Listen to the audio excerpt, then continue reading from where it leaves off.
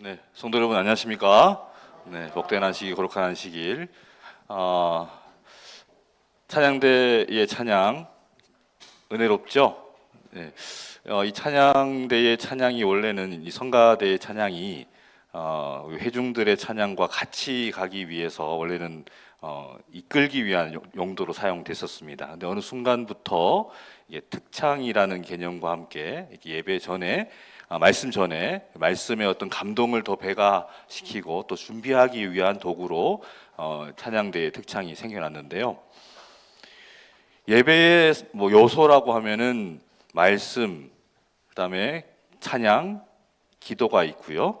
그다음에 하나님께 드리는 예물이 있을 것입니다. 원래 찬양은 찬양입니다. 하나님께 드리는 우리의 마음의 그런 표현이죠. 그러나 말씀 전에 울려 퍼지는 이 특창은 예물에 가깝습니다. 우리가 정성스럽게 준비한 찬양을 하나님께 드리는 겁니다. 우리가 듣는 것이 아니고요. 그래서 여러분 찬양대가 특창할 때 여러분들도 같이 속으로 주님을 높여 찬양하셔야 됩니다. 그게 하나님께 드리는 예물이기 때문에 그렇습니다. 아울러서 한마디 더 드리고 싶은 거는 우리 찬양대에는 아주 훌륭한 지휘자가 계시지 않습니까?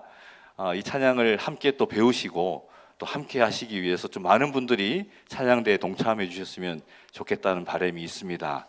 말씀드린 것처럼 하나님께 드린 예물이기 때문에 우리가 정말 정성스럽게 준비하여 하나님께 드리는 것 참 중요하지 않습니까? 그래서 그 시간도 중요할 것이고요. 여러분들의 목소리도 필요합니다. 혹시 교회에서 나 어떤 봉사를 해야 될지 잘 모르겠다 찾고 계신 분이 계시다면 첫 번째로 찬양대에 오셔서 좀 봉사를 하시고 또 함께 또 찬양하는 귀한 시간을 여러분도 가지시게 되기를 간절히 소망해 봅니다. 아울러 한 가지만 더 말씀드리겠습니다. 우리 학생반이 내년도에 조금 더 우리가 부흥하고 또 이렇게 잘 또 학생반이 운영되게 하기 위해서 얼마 전에 잘 또 전도회를 마쳤습니다. 그리고 12월 31일부터 내년도 2025년도 1월 7일까지 저희가 해외 연수를 가기로 되어 있습니다. 그래서 지금 학생들을 지금 모집하고 있는데 혹시 여러분들 우리 성도님들 중에 가정에 자녀 중에 학생, 그러니까 중학교 1학년부터 고등학교 3학년 사이에 혹시 학생이 있는데 우리 교회 나오고 있는 학생도 괜찮고요. 혹시나 아직은 교회를 못 나오고 있는 학생이 있다면 아주 저렴한 가격으로 좋은 추억들과 또 경험들과 봉사하고 올 수 있는 아주 정말 좋은 기회가 될 수 있으니까요. 저한테 좀 소개해 주셔서 또 추천도 해주시고 또 이렇게 독려해 주셔서 같이 갈 수 있도록 좀 이렇게 해주시면 좋겠습니다. 이렇게 한번 갔다 오면 우리가 연합할 수 있거든요. 친해질 수 있거든요. 그러면 내년부터 또 함께 아름다운 학생반 시간들을 함께 할 수 있을 것 같습니다. 많이 기도해 주시고 응원해 주시기를 바랍니다. 자, 오늘 말씀의 제목은 지금은 전쟁 중입니다 라는 제목으로 말씀을 준비를 했습니다. 먼저 주제 말씀을 하나 읽도록 하겠습니다. 에베소서 6장 10절에서 18절에 있는 말씀인데요. 좀 길기 때문에 제가 읽도록 하겠습니다. 잘 들으시길 바랍니다. 끝으로 너희가 주 안에서와 그 힘의 능력으로 강건하여지고 마귀의 간계를 능히 대적하기 위하여 하나님의 전신갑주를 입으라. 우리의 씨름은 혈과 육을 상대하는 것이 아니요 통치자들과 권세들과 이 어둠의 세상 주관자들과 하늘에 있는 악의 영들을 상대함이라. 그러므로 하나님의 전신갑주를 취하라. 이는 악한 날에 너희가 능히 대적하고 모든 일을 행한 후에 서기 위함이라. 그런즉 서서 진리로 너희 허리띠를 띠고 의의 호심경을 붙이고 평안의 복음이 준비한 것으로 신을 신고 모든 것 위에 믿음의 방패를 가지고 이로써 능히 악한 자의 모든 불화살을 소멸하고 구원의 투구와 성령의 검 곧 하나님의 말씀을 가지라. 모든 기도와 간구를 하되 항상 성령 안에서 기도하고 이를 위하여 깨어 구하기를 항상 힘쓰며 여러 성도를 위하여 구하라. 지난주 안식일학교 때 늘 생각하던 이야기이긴 하지만 다시 또 참 감동적인 말씀을 우리 김상준 집사님께서 해주셨어요. 뭐였냐면 우리는 선악간의 전투를 하고 있습니다. 이 전투에서 우리가 이길 수도 있고 때로는 질 수도 있지만 우리가 기억해야 할 것은 그 전쟁은 우리가 이미 이긴 전투다. 예수님께서 이미 이기셨다. 이기신 전쟁이다. 그 말씀이 참 감동적이었어요. 그래서 원래 생각했던 본문을 좀 바꿔서 지금은 전쟁 중입니다. 혹은 전투 중입니다. 이 본문으로 선택을 해보게 되었습니다. 사탄은 하나님께서 사랑하시는 백성들을 계속해서 공격하고 타락하고 무너지게 만드는 아주 노력하는 노력파입니다. 사탄은 정말 노력해요. 우리를 넘어뜨리기 위해서. 이 사탄의 노력만큼이나 우리도 바르게 서고 하나님께 진실하기 위해서 우리가 노력해야 하는데, 그죠? 근데 우리는 오히려 사탄의 꿰매에 빠져서 그 반대의 모습으로 살아갈 때가 참 많은 것 같습니다. 저의 모습을 볼 때도. 여러분 어떠하신지요? 저는 요즘 좀 우울해지거나 좀 힘들거나 좀 외롭거나 이런 마음의 어려움이 있을 때면은 저희 삶 가운데에 감사 제목을 저는 찾습니다.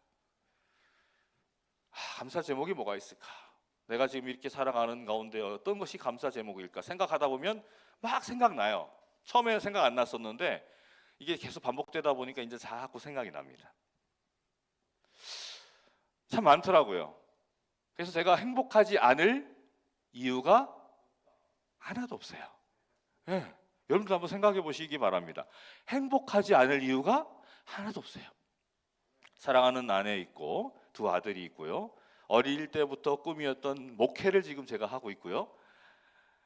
이렇게 훌륭한 교회에서 목회를 하고 있고, 이렇게 제게 감사할 주제가 많이 있는데 뭐가 우울할 일이 있어, 그죠? 뭐가 힘들 일이 있어, 괴로울 일이 있어, 그런 생각이 들었습니다.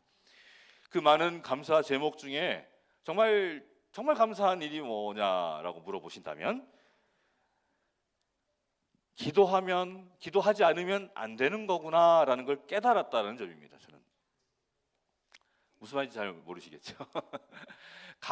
기도하지 않으면 아무것도 안 되구나라는 것을 깨달았다는 겁니다. 뭘 이제 그걸 깨달았어 하시겠지만, 솔직히 예전엔 제가 잘 몰랐어요.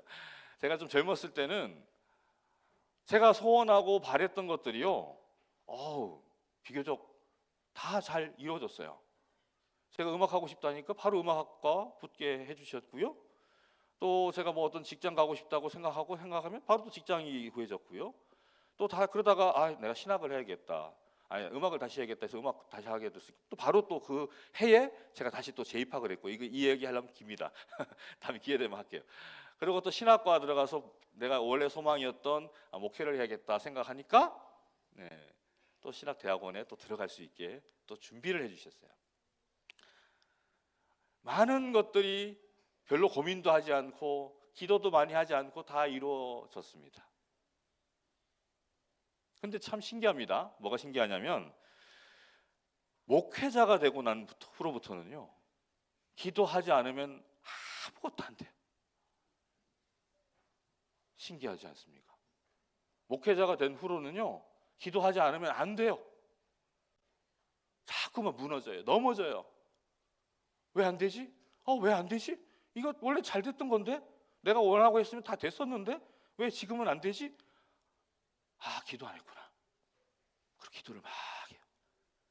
그러면 하나님께서 또 들어주시는 거예요. 해결해 주시는 거예요. 이루어주시는 겁니다. 그래서 제가 요즘 느끼는 감사 제목이 그거예요. 기도의 소중함을 깨닫게 해주셨구나. 기도하지 않으면 안 된다는 거 이제 저한테 말씀해 주시고 계시구나. 왜 나는 지금까지 그걸 몰랐지? 등한히 했었지? 또 여러 의미에서 목회자가 되니까 여러 힘든 일이 많이 생겨요. 그전까지는 참 제가 낙천적이었습니다. 항상 기뻤어요. 항상 하하하하 허허허 웃고 다녔어요. 근데 목회를 하고 나니까 얼굴이 꾸겨질 때도 많이 있어요. 왜 그런지 모르겠어요. 그 수많은 문제들이 시간 지나도 해결이 잘 안 돼요. 저한테 엄청난 큰 문제가 있었습니다. 최근에 가정에서 기도를 하니까 기도응답을 들어주셨어요. 해결이 되었어요. 이해가 안 갔습니다. 왜 하나님의 일을 좀 하려고 하는데 왜 이렇게 안 될까? 힘들게 하십니까? 근데 이제는 알게 되었어요. 연약한 저를 붙들기 위한 하나님과의 교제, 더욱더 나를 붙들기 위한 하나님의 손길이셨구나, 방법이셨구나라는 걸 깨닫게 되는 겁니다. 그러니까 감사할 수밖에 없죠. 안 그러겠습니까? 감사할 수밖에 없죠. 성경을 보면은 그 용맹하고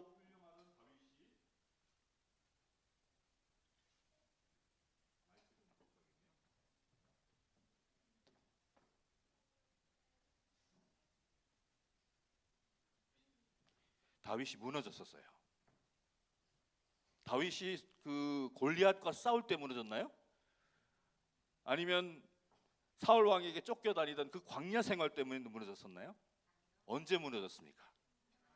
네, 평안할 때, 자기의 세력이 구축되고 모든 백성들이 우리의 왕 하면서 떠받들고 숭봉할 때, 그때 다윗은 무너졌어요.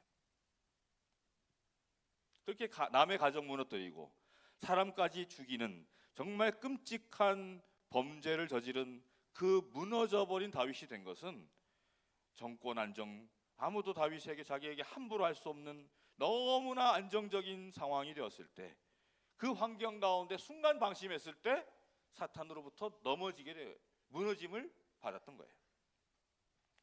그래서 제가 제 마음속에 무슨 생각이 드냐면, 우리에게 골리앗은 절대로 해가 되는 것이 아니구나 라는 걸 깨닫게 되는 겁니다. 우리 삶 가운데 골리앗 같은 엄청 거대한 시험들이 얼마나 많이 있습니까? 그렇잖아요. 또 사울왕과 같은 그 집요한 문제들이 우리 가운데 얼마나 많이 있습니까? 그래서 저는 생각을 이렇게 하기로 했어요. 날 힘들게 하고 고통스럽게 하는 존재들, 골리앗과 사울왕과 같은 그런 존재들, 그 문제들을 감사함으로 바라보자. 쉽진 않아요. 쉽진 않지만 감사함으로 바라보자. 원망 어린 모습, 불평 어린 모습, 두려워하는 모습, 이런 것이 아니라 하나님께 감사와 기도의 찬양을 하자, 그런 생각을 해보는 것입니다. 여러분 어떠신가요? 여러분도 그렇게 되시면 참 좋겠습니다. 그렇게 반응하시면 참 좋겠습니다. 여러분, 교회도 마찬가지입니다.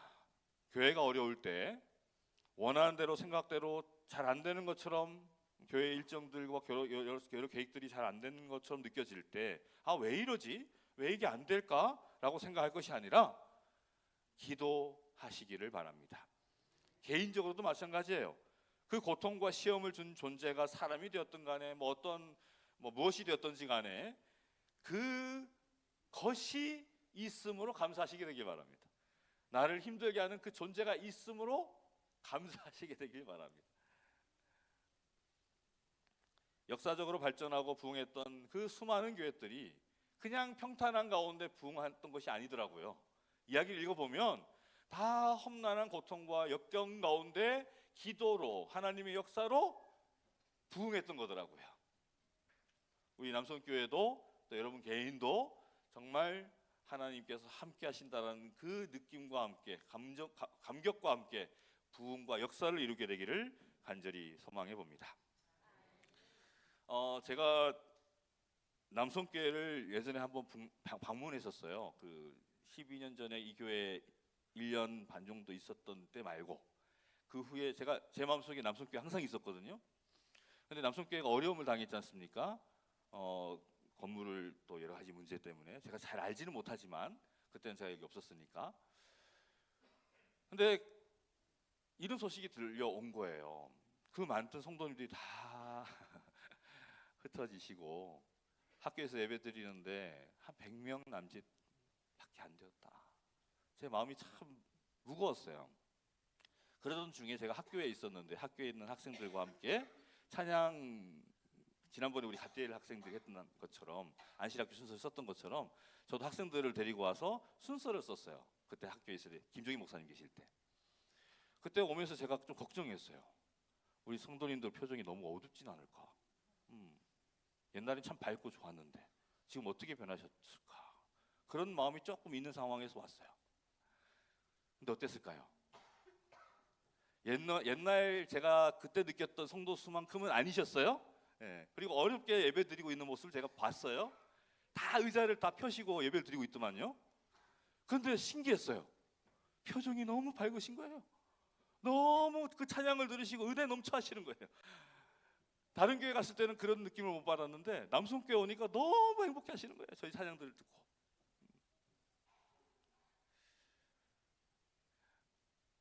왜 그러셨어요? 그 기억을 잊을 수가 없어요. 여러분, 그러므로 우리가 어떤 모습이 되느냐, 또 우리가 어떤 일에 대해서 뭐 성공하느냐, 뭐 실패하느냐, 이런 모든 그런 총체적인 문제는 그 문제들이 크고 작음의 문제가 아니라 그 문제를 바라보는 우리 자신에게 달려 있음을 깨닫게 되는 것입니다. 여러분, 교회를 배에 비유한다면 세상은 바다라고 할 수 있어요. 교회가 배라면 세상은 바다입니다. 그렇다면 가장 안전한 배는 어떤 배일까요? 배 중에 가장 안전한 배. 그림에서 보는 것처럼 아마도 항구, 뭐 여기는 안 그려져 있지만 항구에 정박해 있는 배나, 안전하게 정박해 있는 배나 이렇게 땅 위에 올라와져 있는 배가 제일 안전하지 않을까 싶어요. 태풍이 불어도, 그죠? 뭐 폭풍이 불어도, 그죠? 침몰할 이유가 없으니까. 하지만 여러분, 이 배가 배로서의 구실을 하고 있나요? 아니죠. 이 배는 아이들의 놀이터가 되었던지 간에 그냥 언젠가는 불태워져 버릴 고물덩어리일 가능성이 높습니다. 배는 언제가 배가 될 수 있어요? 모름지기 바다 위에서 항해할 때에 배는 배라고 할 수가 있는 것입니다. 바다인 세상과 끊임없는 접촉을 하면서 소통하고 또 사람들을 구원하기 위해서 할 수 있는 그 모든 일들을 다 할 때에 비로소 그 역할을, 배로서의 역할을 할 수 있는 것이죠. 세상과 격리된, 바다와 격리된 배가 아닌 것처럼, 더 이상 배가 될 수 없는 것처럼 세상과 격리된 교회는 결코 제대된 교회의 역할을 해낼 수가 없는 것입니다. 교회뿐만 아니죠. 나도 그렇습니다. 하나님을 믿는 하나님의 백성인 저도 그렇습니다. 세상과 단절된 채, 아니면 세상 가서는 세상과 똑같이 살고 교회 와서는 거룩하게 앉아있고, 그렇게 해서는 안 되는 것입니다. 여러분, 항해하는 배도 두 종류가 있답니다. 뭘까요? 첫 번째는 고기를 잡는 어선이고요, 하나는 관광하는 유람선입니다. 둘 다 배 위에 바다 위에 있어요. 두 배 다 뭐예요? 항해를 합니다. 배로서의 역할을 하고 있어요. 그런데 이 두 배의 목적이 같아요, 달라요? 다릅니다. 고깃배는 고기를 잡습니다. 유람선은 뭐예요? 그냥 행복해요. 좋아요. 타보고 싶어요. 근데 여러분, 교회는 절대로 유람선이 되어서는 안 되는 것입니다. 이것 때문에 많은 혼란이 교회에 있는 것 같아요. 많은 사람들이 교회를 유람선으로 생각하기 때문에, 관광 유람선으로 생각하기 때문에 자꾸 뭘 받으려고 해요. 우리 남성교회는 그렇지 않지만 대접받으려고 해요. 아니, 뭔 서비스가 이래? 왜 나에게 이런 대접을 하는 거야? 왜 나에게 이렇게 하는 거지? 그런 분들이 우리 남성교회는 제가 잘 모르겠는데 없는 것 같긴 한데, 아마 있다면은 그런 분들에게 잘 알려드립니다. 교회는 결코 유람선이 아닙니다. 교회는 주님의 명령에 따라서 어선에 가깝습니다. 물고기를 잡는 배예요. 예수께서 이렇게 말씀하셨죠. 제자들에게 사람을 낚는 어부가 되게 하리라. 그리고 또 교회는 구조선이기도 합니다. 전투선이기도 합니다. 오늘 주제에 맞춰서 전투선이기도 합니다. 영감의 기자는 증언복음이란 책에 이렇게 말했어요. 지금 교회는 전투 중에 있다. 우리는 지금 거의 우상 숭배에 빠져서 밤중과 같은 흑암 속에 있는 세상과 마주대하고 있다. 그러나 싸움이 끝나고 승리를 거둘 날이 오고 있다. 하나님의 뜻이 하늘에서 이룬 것처럼 땅에서도 이루어질 것이다. 싸우기 위해 존재하는 교회가 바로 교회인 것입니다. 이 싸움은 세상 싸움이 아니라 영적인 싸움입니다. 그래서 오늘 본문 말씀 하나님의 전신갑주를 취하라. 많이 들어보신 말씀이죠? 여기 말씀을 때로 신자들이 이렇게 살아야 되는가 보다, 하나님이 이렇게 명령하신 거니까 우리가 이렇게 살아야 되는가 보다라고 착각하면서 우리가 이 말씀을 읽기도 하지만, 그런 것이 아니라 바로 우리가 그 싸움에서, 영적 싸움에서 이길 수 있는 방법들을 소개해 주신 거예요. 정말 필요한 것이죠. 우리에게는 영적인 전투를 위한 매뉴얼인 것이죠. 한마디로 지침서인 것이죠. 우리가 살아남기 위한, 승리할 수 있는 그 지침서인 것입니다. 그러므로 여러분, 우리는 현재 전투 중이라는 사실을 절대로 잊어서는 안 됩니다. 그래서 우리는 참 축복받은 땅에서 살고 있어요. 우리도 지금 전쟁 중이잖아요. 남북한이 갈라져서. 그래서 항상 잊지 말고 살아야 되는데 우리 자꾸 잊죠. 우리 현재 신앙하는 우리의 모습이 또 그러지 않는가 싶은 생각이 듭니다. 그런 교훈을 우리가 얻을 수 있지 않은가 싶어요. 우리는 지금 전쟁 중에 있습니다. 남북한 전쟁 말고요, 그것도 있지만 영적인 전투, 하나님과 사단 간에, 예수님과 사단 간에 영적인 전투 가운데 우리가 있음을 항상 잊지 마시게 되길 바랍니다. 그리고 이 영적인 지침서, 이 매뉴얼 꼭 읽으시고 마음속에 새겨두시기를 간절히 소망합니다. 좀 길기 때문에 노란색만 읽어보도록 하겠습니다. 계속해서 있는 말씀인데, 아까 증언보감, 교회는 보이는 원수와 보이지 않는 원수와 대항하여 싸워야 하며 또 장래도 싸울 것이다. 좀 넘어가서요. 지금은 하나님의 백성들이 약화되어서는 안 될 것이다. 안 될 때이다.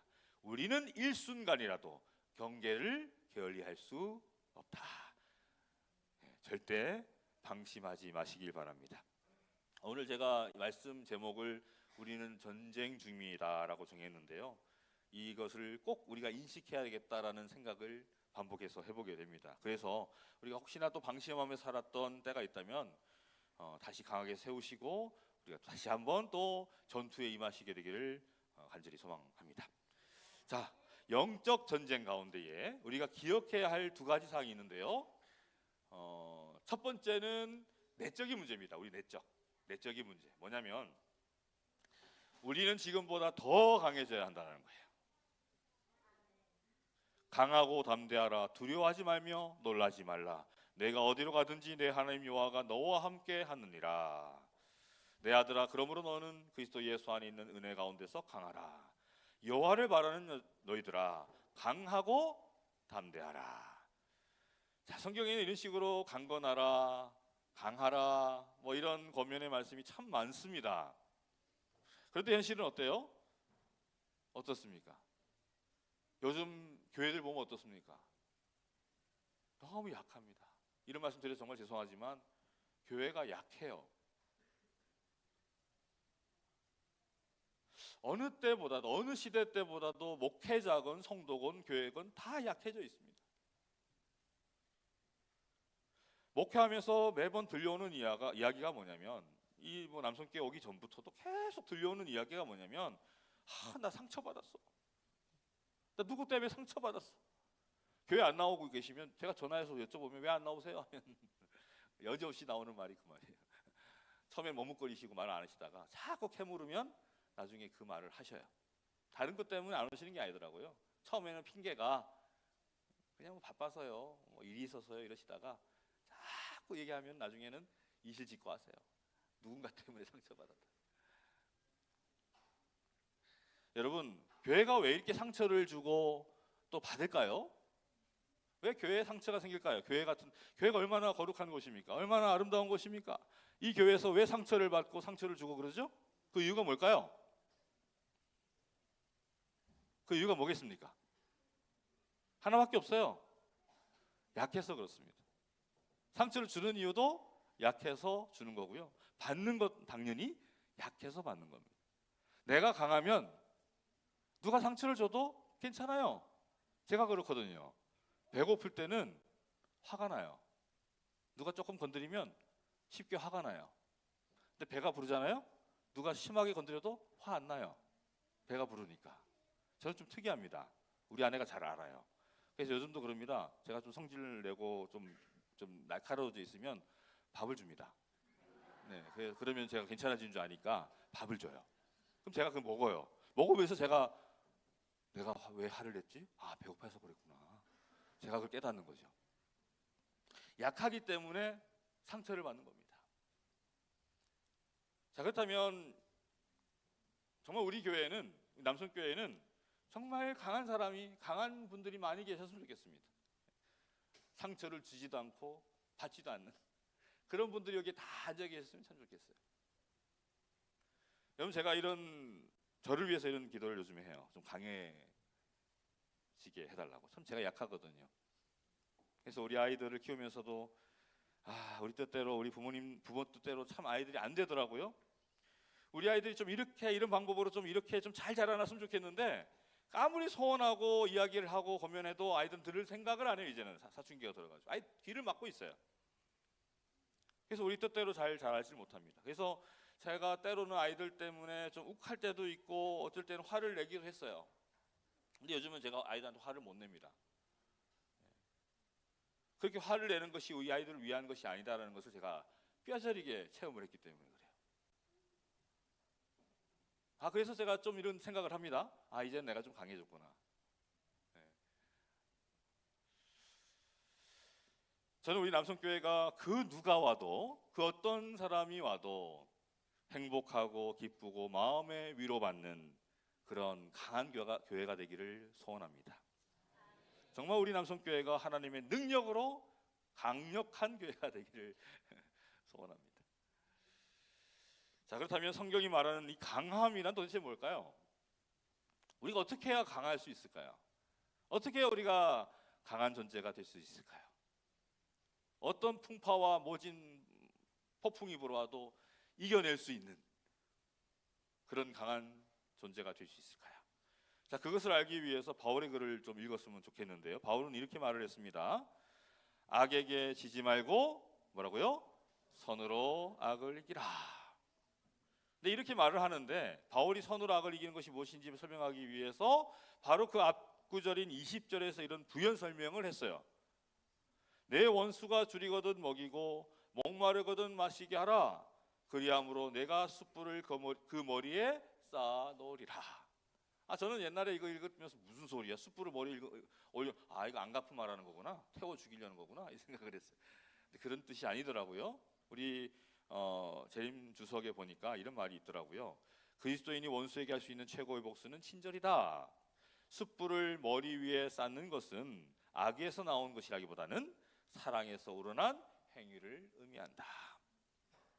그러니까 이 숯불이라는 것은요, 따뜻한 것을 의미합니다. 우리가 겨울에 추운 날씨에 숯불을 보면 어때요? 거기다 손을 다 넣으면 어때요? 따뜻하지 않습니까? 그러니까 그 따뜻함으로 사람을 품고 결국 그 따뜻한 마음으로 그 사람을 변화시킨다는 의미인 거예요. 원수라 할지라도, 나에게 정말 해를 끼치는 원수라 할지라도 따뜻하게 그를 안음으로 변화시키는 것이 바로 선으로 악을 이기는 하나님의 방법이다라는 것입니다.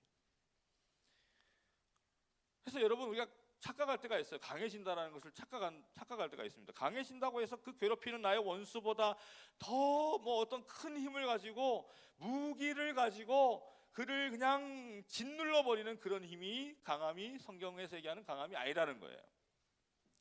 성경에서 말하는 강함이란 뭐라고요?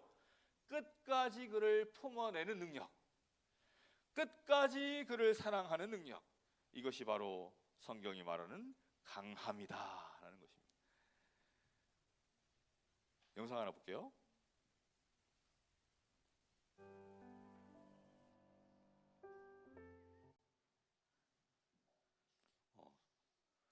소리가 안 나오는구나. 네, 그냥 이거 보셔도 됩니다. 열심히 움직였지만 결국 날이 망가졌다. 망치가 자신만만하게 등장합니다. 망치는 모든 힘을 다해 때렸지만 결국 머리가 부러졌어요. 불꽃이 조용히 다가옵니다. 작은 불꽃이 제안했죠. 내가 해볼까? 모두가 비웃었어요. 불꽃이 쇳덩이를 감싸며 타오릅니다. 하지만 불꽃은 포기하지 않았어요. 끈기 있게 타오르며 쇳덩이를 녹였죠. 약수가 바위를 뚫듯 인내와 끈기가 가장 강한. 네, 무슨 내용인지 아시겠죠? 예, 망치와 톱과 도끼가 서로 이제 힘자랑한다고, 쇳덩이를 한번 부러뜨려 보려고 길을 썼는데 댕강 목도 떨어져 버리고 톱은 다 이가 나가 버리고, 아무튼 그런 상황이에요. 근데 뭐는 지금 녹여버린 거예요. 조그마한 힘없어 보이던 그 불꽃이 그것을 끊임없이 감싸니까 결국에는 쇳덩이가 녹아버렸다는 이야기예요. 요즘 그 차별금지법 문제로 기독교계와 정치 간의 논쟁이 참 치열하죠. 아직도 거의 17년간인가요? 계속 지금 되고 지금 문제가 굉장히 심각한 상황이 있는데, 이 포괄적 차별금지법, 이거 제가 뭐 얘기할 제 뭐 지력도 안 되고 하고 싶지도 않습니다. 그것을 반대하는 이유는 그 법이 동성애를 수용하는 법이기 때문에 그렇다라는 거예요. 이게 그렇습니다. 제대로 하나님을 믿는 백성들의 입장에서는 절대로 동성애나 동성뿐만 아니라 그 다양한 그 성소수자들 그 문제들, 이걸 또 얘기해서 문제가 될란가 모르겠네요. 자, 아무튼 그런 것들을 수용해서는 결코 안 되겠죠. 절대 안 됩니다. 미국에서는 굉장히 이런 설교를 했다가 막 잡혀가는 일도 있었대요. 이 끌어내려지는 그런 일도 있고 했답니다. 심각한 상황인데. 근데 여러분, 제가 드리고 싶은 말씀은 이게 아니라, 차별금지법 이런 얘기하는 것이 아니라, 우리가 동성연애자나 그런 성소수자들을 수용하지 못한다고 해서 우리가 그들을 무시하거나 멸시하고 배척해야 될까요? 제가 이런 얘기를 드리는 이유가 참 가슴 아픈 이야기를 들어서 그래요. 아무튼 그런 뭐 축제, 퀴어 축제, 죄송합니다. 생각이 안 나서. 퀴어 축제를 하는데 어느 축제를 하는 가운데에 기독교 단체가 그들을 때렸대요. 폭행을 가했대요. 그래서 왜 부모들이 와가지고 왜 우리 아이를 때리냐 했더니 그 기독교인들이 이런 말을 했답니다. 하나님의 법이 위에 있기 때문에 이렇게 해도 된다 했대요. 너무 마음이 아팠어요. 저 너무 그 말 듣고 너무 아팠어요. 이게 과연 하나님의 뜻인가? 교회에서 해야 할 일인가? 아닌 것입니다, 여러분. 이건 제 얘기가 아니에요. 제가 이렇게 주장하는 것이 아닙니다. 그런 사람들까지 않는 것은 예수님이 가르쳐주신 예수님의 가르침입니다. 예수님이 뭐라 말씀하셨어요? 창녀나 세리들에 대해서 그들의 행위는 우리가 받아서는 안 되겠지만, 그러나 그 사람들을 품어야 한다는 것이 예수님의 가르침이었던 것입니다. 그 사람들을 품고 사랑해야 한다는 것이 예수님의 가르침이셨어요. 참 어렵습니다. 참 어려워요. 예수님의 가르침은 쉬운 게 아닌 것 같아요. 참 어렵습니다. 그들의 행위는 받지 않고 그들의 행위를 미워하긴 해야 하지만 그 사람은 사랑하고 품어줘야 한다는 것, 참 쉽지 않은 일입니다. 주님이 가르쳐 주신 것이 그렇게 만만한 것이 아닌 것 같아요. 쉽지 않은 것 같습니다. 그렇기 때문에 우리가 해야 할 일이 뭘까요? 우리가 먹어야 하는 마음가짐이 뭘까요? 우리가 어떻게 해야 될까요? 그래서 우리는 말씀드린 것처럼 강해져야 하는 것입니다. 강해져야 합니다. 우리 기독교인들은, 그리스도인들은, 재림교인들은 강해져야 합니다. 진리로 섰을 때는 하나님께서 원하지 않는 그 비진리에 대해서는 철저하게 그것과 맞서 싸우는 동시에 그 사람들은 불쌍히 여길 수 있는, 품어내는 그 어려운 명제를 이루어가는 것이 우리라는 거예요. 우리 남성교회 성도님들이 이런 성숙한 참 그리스도인 예수님의 참 제자가 되기를 간절히 소망해 봅니다. 자, 두 번째입니다. 우리가 치르고 있는 영적 전쟁 중에 반드시 기억해야 할 두 가지 사항, 좀 더 강해져야 된다는 게 첫 번째였고요. 두 번째는 적과 아군을 구분해야 한다라는 거예요. 한국 전쟁 중에요, 6.25 전쟁 중에 서로 오인해가지고 아군끼리 총으로 쏴 죽인 일이 있었대요. 많았대요. 그것도 전체의 16%랍니다. 와, 100번 싸웠으면 16번은 우리끼리 싸웠다는 거예요. 우리끼리 쏴 죽였다는 거예요. 오늘 교회 안에서 얼마나 서로 미워하고 또 반목하고 오해하고 그러고 살아가고 있습니까? 우리 남성교회는 그렇지 않은 것 같긴 한데, 여러분 혹시나 좀 속상하거나 기분 나쁘거나 그런 일을 나에게 어떤 사람이 했다 할지라도 그 사람이 내게 적이에요, 아니에요? 교회 내에서 누군가 나에게 정말 안 좋게 했다 할지라도 그 사람이 내게 적입니까? 그 사람은 미숙한 사람일 뿐이지, 조금 덜 잘한 것일 뿐이지 적은 아니라는 거예요. 제가 무슨 말 하는지 아시죠? 지금 다윗이 골리앗과 싸우러 가려고 하는데 그 위대한 일이 지금 벌어지려고 하는데 그림이 지금 엘리압이 형이에요. 큰형 엘리압이 지금 다윗에게 지금 막 훈계질하고 있죠. 뭐라고 그랬어요? 내가 뭘 하겠다고 지금 여기 왔냐? 들판에 있는 몇 마리 안 되는 그 양은 누구한테 맡겼냐? 어떻게 하기 왔냐 이거죠. 이 건방진 못된 녀석아, 내가 싸움 구경하러 온 줄 내가 모를 줄 아느냐? 막 이랬어요. 이러한 일이 현재 우리 교회에서도 일어나고 있을지도 모르겠다라는 겁니다. 골리앗은 팔짱 끼고 서 있고요. 다윗과 그 형 엘리압이 싸우고 있는 그 꼴이 아닌가 싶은 것입니다. 이러한 일은 결코 있어서는 안 되는 것이죠. 우리가 죄는 미워하지만 아까도 말씀드린 것처럼 적과 악은 우리가 구별할 수 있어야 되는 것입니다. 아무리 밉고 아무리 섭섭한 사람이 교회 내에 있다 할지라도 그 사람은 우리의 원수가 우리의 적이 아닙니다. 우리의 적은 누구예요? 그 사람 뒤에 있는 마귀 사탄이에요. 저는 참 바울이 존경스러운 게 뭐냐면요, 빌립보서 1장 15절 17절에 보면 어떤 이들은 투기와 분쟁으로 어떤 이들은 착한 뜻으로 그리스도를 전파하나니 이들은 내가 복음을 변증하기 위하여 세우심을 받은 줄로 알고 사랑으로 하나 그들은 나의 매임에 괴로움을 더하게 할 줄로 생각하여 순수하지 못하게 다툼으로 그리스도를 전파하느니라. 이게 무슨 상황인지 여러분 아시겠습니까? 무슨 말씀인지 아시겠어요? 교회 안에 미숙한 사람이 있어요. 지금 바울을 시기 질투하는 겁니다.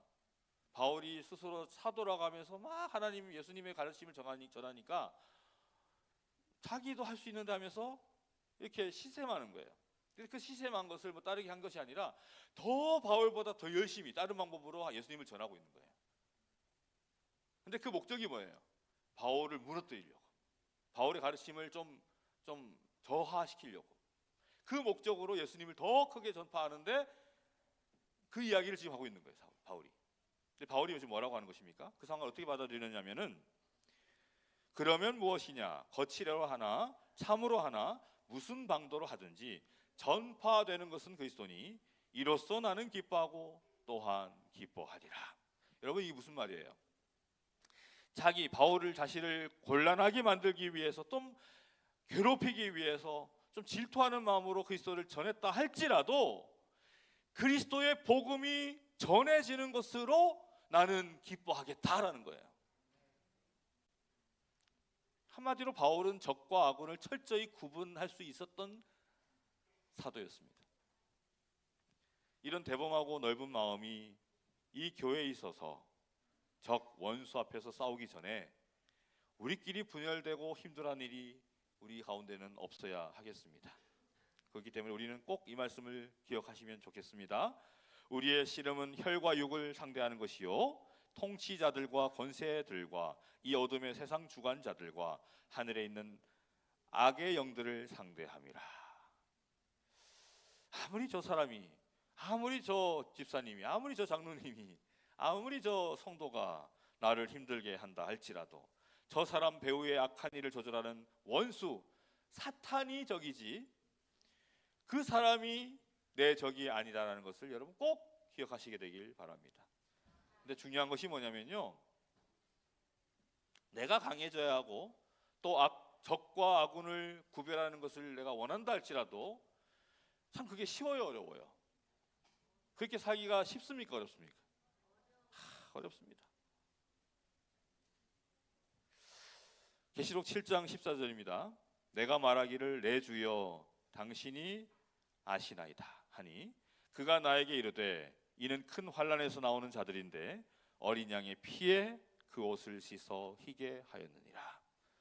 여러분, 우리가 승리하기 위해서는, 이 영적 전투에서 우리가 이기기 위해서는 반드시 필요한 것이 뭐예요? 예수 그리스도의 피, 그 보혈의 피인 것입니다. 그 능력으로 우리가 승리가 가능한 것입니다. 우리의 인격으로는 결코, 우리의 가지고 있는 그 성품으로는 결코 승리할 수가 없다는 말입니다. 끊임없이 예수님의 성품을 담기 위해 노력하고 바라보고 끊임없이 예수님 앞에 우리는 굴복할 수 있어야 하는 것입니다. 우리가 전쟁에서 승리할 수 있는 비결은요, 다른 데 있지 않습니다.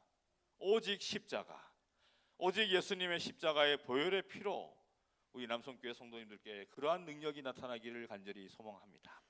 여러분, 다시 한번 말씀드립니다. 기억하시길 바랍니다. 우리는 전투 중에 있습니다. 전쟁 중에 있습니다. 그 전쟁은 지난주 우리 김상준 집사님이 얘기한 것처럼 이미 승리한 전쟁이에요. 예수님께서 이루어 놓으셨습니다. 다 이루었다 하셨어요. 그러나 우리는 지금도 수많은 영적 전투를 이 순간도 치르고 있습니다. 그 전투에서 이기기 위해서는 우리가 뭘 해야 된다고요? 첫 번째가 뭐였어요? 다시 한번 복습입니다. 더 강해져야 합니다. 그 강함은 뭐 톱이나 뭐 망치나 도끼의 어떤 그런 강함이 아니라 작은 불꽃과 같은 포근함의 강함으로 포근히 않는, 끊임없이 그 인내로, 예수님께서 주시는 그 인내로 포근히 않는 그 사랑으로 안으시게 되길 바랍니다. 두 번째는 뭐였죠? 적과 악운을 구별하라라는 겁니다. 우리의 인격이나 뭐 착함, 뭐 그런 성품 이런 것이 아니라 오직 예수님의 보혈의 능력으로, 오직 우리 예수님의 성품을 닮음으로 늘 승리하시고, 그리하여서 정말 아름답고 빛나고 정말 강한 우리 남선교회를 함께 이루어 나가는 저와 여러분 되기를 간절히 소망하면서 오늘 말씀을 마치도록 하겠습니다.